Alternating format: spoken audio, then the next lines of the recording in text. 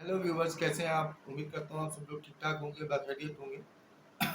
पिछली वीडियोस को जो मैं लेके चला हूँ आउटसोर्सिंग से रिलेटेड, उसी में इजाफा करता हुआ चलूँगा। आज फिर उसी से रिलेटेड एक टॉपिक जो कि बहुत ही इम्पोर्टेंट टॉपिक है कि हमें आउटसोर्सिंग की रिक्वायरमेंट कब होती है, यानी नीड ऑफ आउटसोर्सिंग। क्या ज़रूरत है आउटसोर्स करवाने की? आउटसोर्सिंग के टॉपिक के अंदर जिन स्टूडेंट्स हैं, जिन साथियों ने, फ्रेंड्स ने ये वीडियो क्लिप देखा हुआ है, उन्होंने आउटस्टैंडिंग को तो अंडरस्टैंड कर लिया होगा। फिर आउटसोर्सिंग के मैंने दो टाइप्स, नॉलेज प्रोसेस आउटसोर्सिंग और बिजनेस प्रोसेस आउटसोर्सिंग के ऊपर डिटेल डिस्कशन किया। फिर इसके कुछ डिसएडवांटेजेस, एडवांटेजेस और आपस में दोनों को कंपैरिजन करके देखा। उसमें मैं सोचा कि एक चीज़ तो मिस हो गई मुझसे, और वो थी कि आउटसोर्सिंग की नीड्स, यानी नीड्स ऑफ आउटसोर्सिंग क्यों होती है, हमें आउटसोर्सिंग की ज़रूरत। जिस तरह से मैंने पहले आप लोगों को अपनी पहली क्लिप में आउटसोर्सिंग के अंदर ये समझाने की या बताने की या एक्सप्लेन करने की कोशिश की थी कि आउटसोर्सिंग क्या होती है, आउटसोर्सिंग के फ़वाइद क्या होते हैं। आउटसोर्सिंग में मैंने एक एग्जांपल दी थी एक मेडिसिन वाले बंदे की, जो मेडिसिन बनाने में एक्सपर्ट होता है, और उसको जो है वो मेडिसिन बनानी आती है बहुत अच्छी, लेकिन उसको जो है वो प्लास्टिक बोतल या गिलास बोतल भी चाहिए। जब उसको गिलास बोतल चाहिए तो वो गिलास बोतल बनाने में या बोतल्स बनाने में एक्सपर्टीज नहीं रखता। उसके लिए उसको क्या करना पड़ेगा, एक पूरा इंफ्रास्ट्रक्चर बनाना पड़ेगा, क्योंकि उसने जो सेटअप लगाया हुआ था अपनी इंडस्ट्री के अंदर वो तो सिर्फ मेडिसिन बनाने का बनाया हुआ था। अब उसको बोतल बनानी है तो उसके बोतल बनाने के लिए एक्सपर्टीज लेनी पड़ेगी, क्योंकि उसका कोर जॉब नहीं था, उसका नॉन कोर एरिया था वो। उसने लोगों को हायर किया, और लोगों को हायर करने के बाद उसने पूरा एक प्लांट लगाया और बॉटल्स बनाना शुरू की। जब बॉटल बनाना शुरू की तो पता चला कि भाई वो तो मुझसे बन ही नहीं रही। अदर दिन कि मैं बड़े एक्सपर्ट लोग मार्केट से ले आया, लेकिन फिर भी बहुत सारी वेस्टेजेस हो गई। उसको एक एक भाई साहब मिले, उन्होंने बताया कि भाई मैं तो बोतल बनाने में बड़ा एक्सपर्ट हूँ।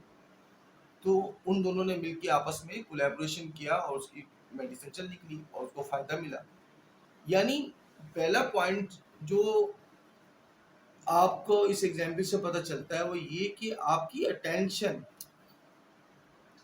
जो अटेंशन है वो, जो आपको इस एग्जाम्पल से पता चलता है वो ये कि आपकी जो अटेंशन है वो एक जगह पे रहनी चाहिए, यानी आपकी कोर एरिया में रहनी चाहिए। जब आप अपने कोर एरिया से भटकते हो तो आपका काम भटक जाता है। जिस काम में आपकी एक्सपर्टीज होती है वो काम आप कर नहीं पाते, क्योंकि आप दूसरी उलझनों में उलझ जाते हो, उन चीज़ों में उलझ जाते हो जो जिसमें आपकी एक्सपर्टीज ही नहीं होती। यानी आपने अगर अपनी एक्सपर्टीज को मजीद एक्सपेंड करना है तो आपने अपने मेन कोर एरिया में ही फोकस करना है, आइदर देन कि आप इधर उधर उधर उधर उधर उधर जाएंगे आपकी एनर्जी वेस्ट होगी। आपकी एनर्जी जब वेस्ट होगी तो आपके रिसोर्सेज भी वेस्ट होंगे, आपकी इन्वेस्टमेंट वेस्ट होगी, मल्टीपल वेस्टेजेस। तो इससे हमें ये पता चलता है कि ये वाला जो पहला पॉइंट है वो हमें ये बताता है कि आपने फोकस रहना है अपनी एक्सपर्टीज के ऊपर और मजीद अपने आप को एक्सेल करना है। यानी आउटसोर्सिंग की पहली वजह ही ये है कि आपने फोकस रहना है अपने कोर एरियाज में, जब भी तो आप दूसरे एरियाज में जा रहे होते हो। फिर दूसरा ऑब्जेक्टिव क्या? Cost reduction. जब आप अपने एरिया में एक्सपर्ट नहीं थे, नॉन कोर एरिया में आपने काम करना शुरू किया, तो आपकी तवज्जो आपके अपने कोर एरिया से हटी। जब कोर एरिया से आपकी तवज्जो हटी तो आपका काम खराब हुआ। जब आपका काम खराब हुआ तो आपकी कॉस्ट बढ़ी, क्योंकि आपकी वेस्टेज बढ़ी थी। तो यानी जिसका काम था आपने उसको दिया तो आपकी वेस्टेज भी कम हुई, बची, जीरो हो गई, आपकी कॉस्ट कम हो गई। आपने बोतल वाले को बोतल का काम दिया, कार्टन वाले को कार्टन का काम दिया, रैपर वाले को रैपर का काम दिया। तो आपका जो मेन कोर एरिया था मैन्युफैक्चरिंग, उसमें आपने मजीद इनोवेशन लेके आना शुरू किया, आपकी तवज्जो नहीं भटकी, उन चीज़ों में नहीं लगे आप जो चीज़ आपकी मेन मेन कोर एरिया नहीं था। इससे क्या हुआ, इससे तीसरे पॉइंट पे जाते हैं हम। इसका तीसरा पॉइंट है क्वेस्ट फॉर एक्सीलेंस। आप एक्सीलेंस की तलाश में निकल गए। आपका जो है वो आपको जो है वो अपने काम में एक्सपर्ट होना था, कामयाब तरीन होना था, एक्सीलेंस चाहिए थी आप। तो कैसे आएगी? आपका जो कोर एरिया था, क्योंकि जो आपकी एक्सपर्टीज थी उसमें मजीद आपने रिसर्च एंड डेवलपमेंट की, मजीद सीखा, मजीद बेहतर किया, मजीद मार्केट को फोकस किया, तो आप उस चीज में और माहिर हो गए। इसके बाद हम चलते हैं अलायंस के ऊपर। जब आपने ये सब काम किया तो आपका अपने सप्लायर के साथ, अपने वेंडर के साथ एक अच्छा अलायंस हुआ, यानी आप दोनों ऑर्गेनाइजेशन एक अलग अलग ऑर्गेनाइजेशन होते हुए ऐसे हो गए। इससे क्या फायदा होता है? इससे फायदा ये हुआ कि आपने अपना बिगड़ा हुआ काम किसी दूसरे को दिया और किसी दूसरे की बिगड़ी हुई समझ गई। यानी आपका बिगड़ा हुआ काम दूसरे के पास गया और दूसरे के पास से उसने आपके बिगड़े हुए काम से कमाया, उसका भी फायदा हुआ, और उसने आपका वो बिगड़ा हुआ काम सीधा कर दिया। तो एक्सेलेंस के साथ साथ आपका एक अलायंस बन गया। इसके सम्राट दिख रहे हैं आउटसोर्सिंग के, इसके कुछ डिसएडवांटेजेस भी हैं, वो हम आने वाली वीडियो में अपनी डिस्कस करेंगे, लेकिन इसके फवाइद इतने ज़्यादा हैं कि लोग कुछ नुकसानात को बैक कर देते हैं। फिर इसके बाद आप जाते हो, मजीद एक्सपेंड करते हो अपने आप को, आप इकोनॉमी के अंदर इनपुट डालते हो, ग्लोबल इकोनॉमी के अंदर इनपुट डालते हो, यानी आप ग्लोबली, आप ये समझें कि ग्लोबली आप लोगों को रोजगार दे रहे होते हो।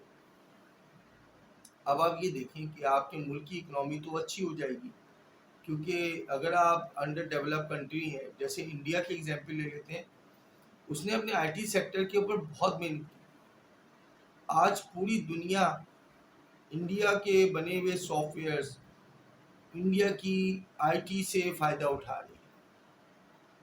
पाकिस्तान ने बहुत कोशिश की अपनी ज़राअत के ऊपर, बहुत कोशिश की अपनी स्पोर्ट्स रिलेटेड प्रोडक्ट्स के ऊपर, तो पूरी दुनिया में पाकिस्तान की स्पोर्ट रिलेटेड प्रोडक्ट जाती हैं। कुछ चीज़ों को अल्लाह ताला ने गॉड गिफ्टेड है पाकिस्तान के पास, इसी तरह कुछ चीज़ें इंडिया के पास गॉड गिफ्टेड हैं। हर कंपनी, हर कंट्री, हर नेशन के पास अल्लाह ताला ने कुछ ना कुछ चीज़ें दे रखी हैं, लेकिन लोगों ने अपने आप को ढूंढना है उससे। अब आप देखिए इकोनॉमी के ऊपर कैसे फ़ायदा दे रही है। एक ही कंट्री का एक ही मेडिसिन वाला था, एक ही कंट्री का एक ही कार्टन वाला था, एक ही कंट्री का एक ही बोतल वाला था। ये तो एक ही कंट्री के अंदर सारे लोग घूम रहे हैं ना। हो सकता है आप जो है वो आउटसोर्सिंग के लिए चाइना चले जाएं, वहाँ से कोई प्लास्टिक बोतल मंगा लें, वहाँ से कोई चीज़ ऐसी मंगा लें, वहाँ से कोई केमिकल मंगा लें। हो सकता है आप इंडिया चले जाएं, हो सकता है आप बांग्लादेश चले जाएं, हो सकता है आप यूएस चले जाएं, यूके चले जाएं। तो यानी आपने अपनी अलायंस जो है वो दुनिया भर में बना ली है। तो दुनिया भर में आपकी जो मॉनेटरी सर्कल है वो तो पूरे ग्लोब में घूमने लग गया ना, स्टार्ट हो गया। इसी तरह बहुत सारे लोग जो है, मैंने जैसे आपको बताया था बिजनेस प्रोसेस आउटसोर्सिंग, उसके अंदर मैंने आपको कॉल सेंटर का बताया था कि कॉल सेंटर तो एक जगह पे होता है ना, मल्टीपल लोगों की मल्टीपल लोगों को सर्विसेज दे रहा होता है, मल्टीपल ऑर्गेनाइजेशन को दे रहा होता है, लोकल भी हो सकती हैं और मल्टीनेशनल भी हो सकती हैं। ये एक बहुत ही इम्पोर्टेंट चीज़ है। यानी आप जो हो वो आउटसोर्सिंग के जरिए ही अपने मुल्क का भी फायदा कर रहे हो और दूसरों का भी फायदा कर रहे हो, दूसरों से फायदा ले भी रहे हो, उनको फायदा दे भी रहे हो। तो आई होप ये चीज़ें क्लियर करती हैं कि आउटसोर्सिंग की रिक्वायरमेंट क्यों होती है। ये पूरा स्ट्रक्चर चेंज होता है, ये इमर्जेंस ऑफ बिजनेस है, ये आपकी सोसाइटी को चेंज करता है, आपकी रिक्वायरमेंट को फुल करता है। अब ये इतना एडवांस हो गया है, जिस तरह से मैंने आपको अपनी पहले क्लिप के अंदर आउटसोर्सिंग से रिलेटेड बताया था कि ये उस वक्त इस रिक्वायरमेंट होती थी जब हम अपना नॉन कोर एरिया आउटसोर्स करते थे। अभी यहाँ तक बात नहीं रुकी है, अब लोग अपने कोर एरियाज को भी जो है वो आउटसोर्स कर रहे हैं। कोलैबोरेशन हो रही है, मुख्तलिफ ऑर्गेनाइजेशन आपस में मिलकर research and development department run कर रहे हैं। एक नई चीज़ बनाने के लिए मुख्तलिफ फार्मास्यूटिकल मिल के एक नई प्रोडक्ट, एक नई मेडिसिन बना रही हैं। मुख्तलिफ कंट्रीज़ की आर्म फोर्सेस आपस में इंटीग्रेट होकर एक नया वेपन बना रही है अपने डिफेंस के लिए, अपने सर्कल के लिए, अपने ब्लॉक के लिए। तो यानी अब ये चीज़ें ब्रॉड होती जा रही है, आगे बढ़ती जा रही है। जो स्किल्स हमारे पास नहीं है, अब दूसरे के पास कोई स्किल्स है, वो हमें सिखा रहा है, हम उसको सिखा रहे हैं अपनी स्किल्स। तो यहाँ पर बार्टर सिस्टम चल रहा है, और मैं समझता हूँ आने वाले दिनों में ये आउटसोर्सिंग बहुत ज़्यादा एक्सपेक्ट हो रहा है। इसके डिसएडवांटेजेस अपनी जगह पे, लेकिन इसके एडवांटेजेस इतने हैं कि उसके डिसएडवांटेजेस को लोग जो है वो भूल जाते हैं। आई होप आउटसोर्सिंग का चैप्टर आप लोगों को बिल्कुल क्लियर हो गया। जो चीज़ें मैंने सीखी समझी वो आप तक बताने की कोशिश की।